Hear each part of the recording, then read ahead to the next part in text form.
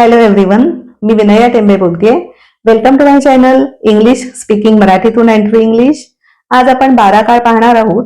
एक वाक्य 12 काळात, पण वाक्य कठीण आहेत आणि मोठी आहेत. त्यामुळे त्यातला एक भाग आपण 12 काळात केलाय आणि दुसरा जोडलेला भाग आहे. तो कसा जोडलाय, त्याचा अर्थ कसा, मराठीतून आपण विचार करून इंग्लिशमध्ये कशा पद्धतीने ते जोडायचं, हे संपूर्ण काही मी सांगते या व्हिडिओ. त्यासाठी watch the video till the end definitely. शेवटपर्यंत व्हिडिओ निश्चित पहा, म्हणजे तुम्हाला संपूर्ण कल्पना येईल. आता व्हिडिओ सुरू करायच्या आधी या संपूर्ण याच्यात 4-5 शब्द जरा कठीण आहेत. त्या शब्दांचा इथे मी अर्थ लिहिलाय तो आधी सांगते आणि मग आपण वाक्य पाहूया. रिसर्च, रिसर्च म्हणजे संशोधन. डेडलाईन, डेडलाईन म्हणजे कालमर्यादा किंवा अंतिम मुदत. कुठची तरी गोष्ट या वेळेपर्यंत करायलाच हवी. असं जेव्हा ऑफिसमध्ये म्हणा किंवा कॉलेजमध्ये मुलांना सबमिशनच्या वेळेला सांगतात, त्याला आपण ती डेडलाईन असं म्हणतो की त्या तारखेपर्यंत व्हायलाच हवं सबमिशन. आता सबमिशन म्हणजे काय, तर जे आपण प्रोजेक्ट असेल किंवा ऑफिसचं एखादं काम असेल आणि ते बॉसकडे सोपवतो किंवा टीचर्सकडे सोपवतो, त्याला म्हणतात सबमिशन. पुढचा शब्द अॅनलाइज इथे घेतलेला आहे. तो आला की परत सांगेनच, पण आधी अर्थ पाहूया. अॅनलाइजचा अर्थ विश्लेषण.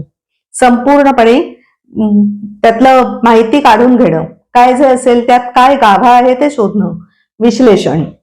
आणि कलिग, कलिग उच्चार आहे कलिग. कलिग म्हणजे सहकारी. ऑफिस मधले सहकारी असतात त्यांना म्हणतात कलिग. हे झाले 4 शब्द. मी आता सबमिशन म्हणजे काय सांगितलं, 5वं जरी लिहिला नसला तरी मी बोललेच आहे. आता आपण वाक्यांकडे वळूया. पहिलं वाक्य आहे, he does proper research before the deadline. He does proper research before the deadline. He म्हणजे तो. इथे आपल्या सगळ्या वाक्यांमध्ये तो हा कर्ता म्हणजे सब्जेक्ट आहे. Does, does. आता ही शी इट असलं की डज हे आपण घेतो जेव्हा जनरली काही बोलायचं असतं, नेहमीच्या गोष्टी, रुटीनच्या गोष्टी, साध्या वर्तमान काळातल्या गोष्टी बोलायच्या असतात, तेव्हा आपण डूच्या ऐवजी डज घेतो. ही शी इट हा करता असताना आता ही असल्यामुळे आपण डज घेतलाय. ही डज प्रॉपर म्हणजे व्यवस्थितपणे, व्यवस्थित. रिसर्च संशोधन, तो व्यवस्थित संशोधन करतो, नेहमीच करतो, अशा अर्थी करतो. बिफोर द डेडलाईन, बिफोर म्हणजे आधी आणि डेडलाईन म्हणजे इथे म्हटलं त्याप्रमाणे अंतिम मुदत. अंतिम मुदतीच्या आधी तो व्यवस्थितपणे संशोधन करतो. ठीक. आता इथे हे बघताना ती डू हे क्रियापद, आपण जसा ही हा आपला सब्जेक्ट आहे, ही म्हणजे तो, तसं आपलं मुख्य क्रियापद जे आहे ते आहे डू. डू म्हणजे करणे, करतो. आता म्हटलं ना, तर डू हे आपलं मुख्य क्रियापद आहे. त्या डू ची 5 रूप जरा पाहूया. V1 डू, हा म्हणजे मूळ रूप जे आहे, मूळ क्रियापद जे आहे ते डू. V2 म्हणजे पास्ट टेन्स, भूतकाळ, तो असतो डीड. V2 did. V3 क्रियापदाचं तिसरं रूप, ते आहे डन. डन क्रियापदाचं तिसरं रूप. V4 डुईंग, आयएनजी वालं रूप. V4 डुईंग, डू या मुख्य क्रियापदाला आयएनजी लागतं. आणि V5 डज, DOES, मुख्य क्रियापदाला एस किंवा ईएस लागतो. इथे ईएस लागतो, डूचा डज होतो. आता हे जे 5वं रूप आहे, हे रूप आता आपण इथे वापरलंय डज. कधी वापरायचं, साधा वर्तमान काळ, सिंपल प्रेझेंट टेन्स. जेव्हा सब्जेक्ट म्हणजे कर्ता, ही किंवा शी किंवा इट, ही म्हणजे तो, शी म्हणजे ती, इट म्हणजे तो किंवा ती किंवा ते, वस्तूंसाठी, प्राण्यांसाठी वगैरे वापरतो तो शब्द सर्वनाम. हा जेव्हा कर्ता असेल त्यावेळेला आपण डज वापरतो, डू न वापरता. ओके. आता पहिलं वाक्य तर समजलंच असेल, नेहमीची क्रिया आपण सांगितली आहे त्याच्या बाबतीतली. Second, he is doing proper research while his team is analysing the data. परत एकदा वाचते. He is doing proper research while his team is analysing the data. He is doing proper research. Okay. He म्हणजे तो, is म्हणजे आहे, doing म्हणजे करतोय, तो करत आहे. प्रॉपर रिसर्च व्यवस्थित संशोधन. हे आपलं मुख्य वाक्य झालं. इथे आपलं क्रियापद काय आलं, इज डुईंग. इज डुईंग हे आपलं क्रियापद आलं. ही is doing proper research, proper research व्यवस्थित संशोधन करत आहे. आता कधी, while his team is analysing the data, ज्या वेळेला त्याची टीम, त्याचा ग्रुप, त्याचा समूह इज अनालायझिंग. अनालायझिंग म्हणजे इथे मी म्हटलं तसं विश्लेषण, विश्लेषण करत आहेत. द डेटा, डेटा आता या डेटा या शब्दाला डाटा असंही उच्चार केला जातो. डाटा किंवा डेटा म्हणजे संपूर्ण माहितीचं विश्लेषण करत आहे त्याची टीम. त्यावेळेला तो प्रॉपर रिसर्च करत आहे. दोन्ही हे आणि हे दोन्ही आहेत प्रेझेंट कंटिन्युअस म्हणजे चालू वर्तमान काळातली वाक्य. पाहूया तिसरं वाक्य. He has done proper research before the deadline is confirm. परत एकदा वाचते. He has done proper research before the deadline is confirm. आता बघूया. ही हा आपला करता हॅज डन. इथे महत्वाची गोष्ट ही किंवा शी किंवा इट असताना हॅज घेतो आपण. बाकीची जेव्हा नावं म्हणजे नामं किंवा सर्वनामं येतात ही शीट सोडून त्यावेळेला आपण हॅजच्या ऐवजी हॅव घेतो. आणि हॅज आणि हॅव जे काही वापरू त्याच्यानंतर आपण क्रियापदाचं तिसरं रूप घेतो. जसं इथे आहे डन ते तिथे डन घेतलंय. He has done proper research.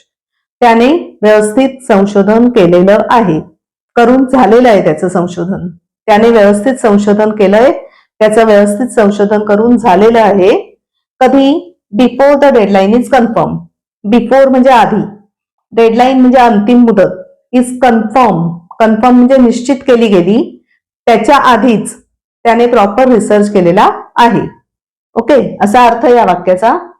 आता next number 4. He has been doing proper research because it will benefit him. परत एकदा वाचते पूर्ण वाक्य. He has been doing proper research because it will benefit him. He करता तो.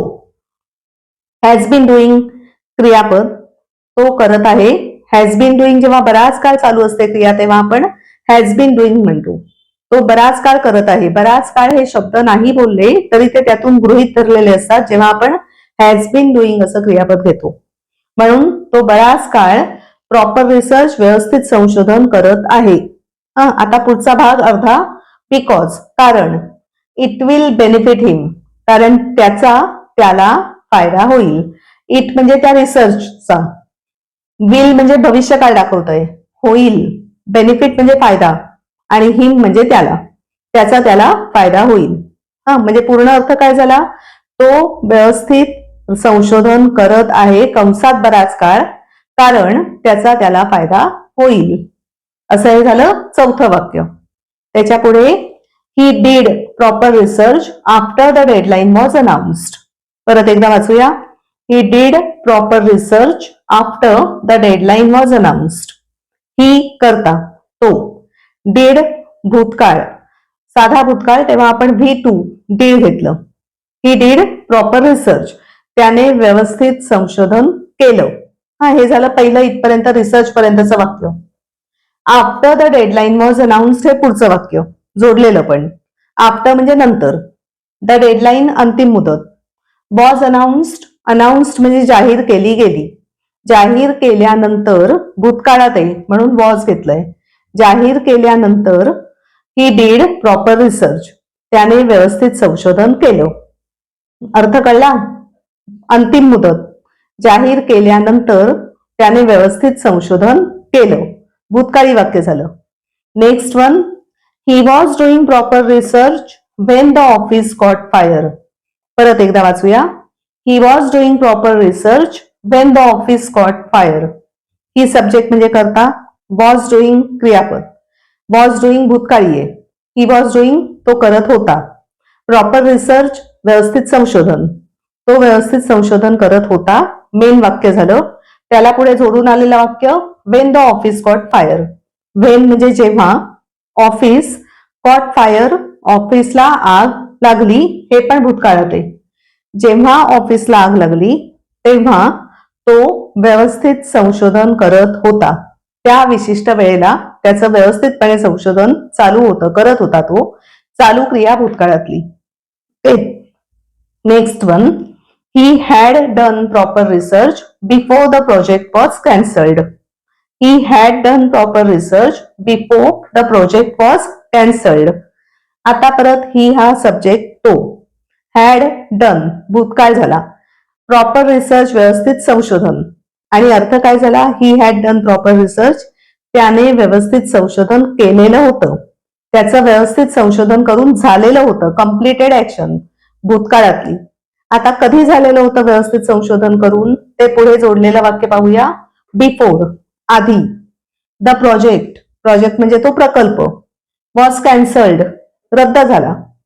Before the project was cancelled, तो प्रकल्प रद्द व्हायच्या आधी त्याचा व्यवस्थित संशोधन करून झालेलं होतं.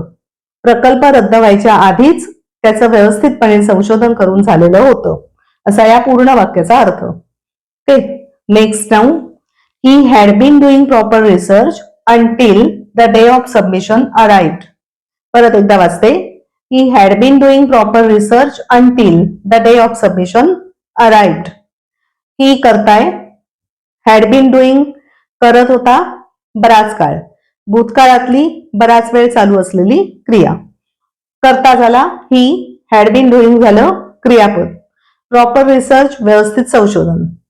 ही had been doing proper research, तो व्यवस्थित संशोधन करत होता कंसात बराच वेळ. आता पुढे जोडलेलं वाक्य कधी करत होता. Until the day of submission arrived. Until जोपर्यंत, the day of submission, submission म्हणजे ते सबमिट करायचंय, द्यायचंय, आता सादर करायचंय. अराइव्ड आला, डे म्हणजे दिवस, सादर करण्याचा दिवस येईपर्यंत. Until the day of submission arrived, सादर करण्याचा दिवस येईपर्यंत. मग हे वाक्य तो व्यवस्थितपणे रिसर्च करत होता. बराच काळ दिसतो ह्याच्यातून, म्हणून हॅड बीन डुईंग हे क्रियापद. नाव the next one. He will do proper research when the work is given to him. परत एकदा वाचूया.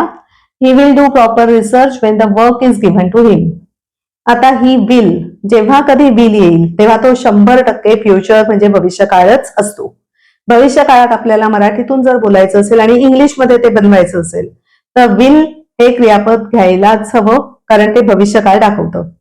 मग he will do proper research, तो व्यवस्थित रिसर्च करेल, तो व्यवस्थित संशोधन करेल. When the work is given to him. कधी, व्हेन जेव्हा, the work is given to him, work काम, इज गिव्हन टू हिम त्याला दिलेलं असेल. जेव्हा काम त्याला दिलेलं असेल तो व्यवस्थित संशोधन करेल. भविष्यकाळ विल डू. पुढचं. He will be doing proper research while his colleagues will analyze the data. He will be doing proper research while his colleagues will analyze the data. परत ही सब्जेक्ट तो, will be doing क्रियापद भविष्यकाळी, तो करत असेल. काय करत असेल. प्रॉपर रिसर्च व्यवस्थित संशोधन, तो व्यवस्थित संशोधन करत असेल. चालू क्रिया भविष्यकाळातली. कधी, व्हाईल जेव्हा, म्हणजे त्याच्या जोडीला हिज कलिग्स त्याचे ऑफिस मधले सहकारी. Will analyse the data, will भविष्यकाळीच परत, अनालाइज विश्लेषण, द डेटा किंवा डाटा म्हणजे माहिती. जेव्हा त्याचे सहकारी माहितीचं विश्लेषण करतील, जेव्हा त्याचे सहकारी माहितीचं विश्लेषण करतील तेव्हा तो व्यवस्थितपणे संशोधन करत असेल. Next now. He will have done proper research by the time his boss calls for submission. परत एकदा वाचूया. He will have done proper research by the time his boss calls for submission. परत ही करता तो. विल हॅव डन भविष्यकाळी क्रियापद, will have done केलेलं असेल, करून झालेलं असेल. काय, प्रॉपर रिसर्च व्यवस्थित संशोधन, त्याचं व्यवस्थित संशोधन करून झालेलं असेल. आता पुढचं जोडलेलं वाक्य पाहूया. Second half.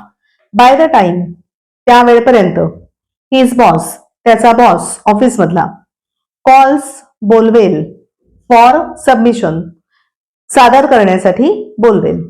हा, म्हणजे आता इथला भाग बघूया परत. Bye the time his boss calls for submission, ज्या वेळेला त्याचा बॉस त्याला सबमिशन म्हणजे सादर करण्यासाठी बोलवेल. ज्या वेळेला म्हणण्यापेक्षा तोपर्यंत तो संशोधन करत असेल असा अर्थ आहे तो. तोपर्यंत अशा अर्थी ते बाय द टाइम हा शब्द आलेला आहे, फ्रेज येते. त्याचा बॉस त्याला प्रोजेक्ट किंवा जे काही त्याचं चालू आहे सबमिशन करायचंय ते देण्यासाठी बोलवेल, त्या वेळेपर्यंत तो व्यवस्थितपणे रिसर्च त्याचा करून झालेला असेल. बॉस बोलवायच्या आधीच त्याचा रिसर्च करून झालेला असेल अशा अर्थी ते वाक्य आहे. Okay, and the last one now. He will have been doing proper research for almost 4 hours before dinner. He will have been doing proper research for almost 4 hours before dinner. ही करता तो. विल हॅव बीन डुईंग क्रियापद. तो करत असेल बऱ्याच वेळाची क्रियापद. तो बराच वेळ करत असेल. प्रॉपर रिसर्च व्यवस्थित संशोधन. तो बराच वेळ व्यवस्थित संशोधन करत असेल. जोडलेलं वाक्य फॉर ऑलमोस्ट 4 hours. ऑलमोस्ट जवळजवळ. फॉर ऑलमोस्ट 4 hours जवळजवळ 4 तास.